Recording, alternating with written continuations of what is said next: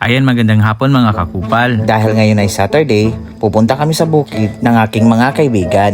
Bandang alas 4 ng hapon ang pumunta kami sa bukid. Dahil nga meron kaming hinihintay na kasamahan na akala namin ay sasama.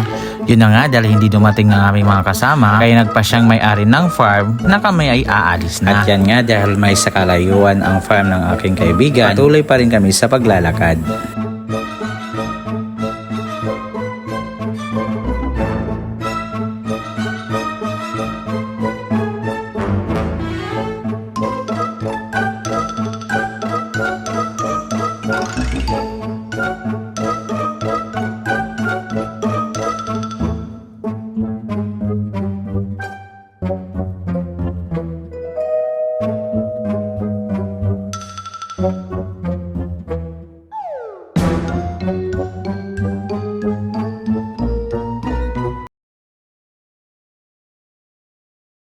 At pagdating namin sa tuktok ng bundok, akala namin ayun na, ay hindi pa pala. Ewan ko ba kung ano bang naisip ng aking mga kaibigan, bakit pumunta pa kami dito. Sabi nila mas maganda daw sa kagubatan kasi nga kakaiba.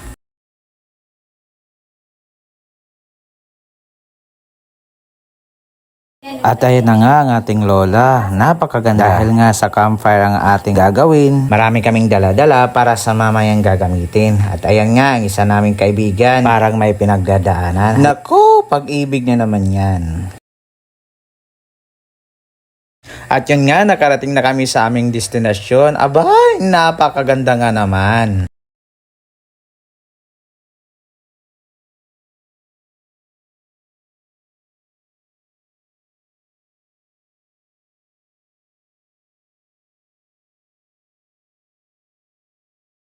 At dahil nga hapon na, kailangan na namin mag-prepare para sa mamayang hapunan.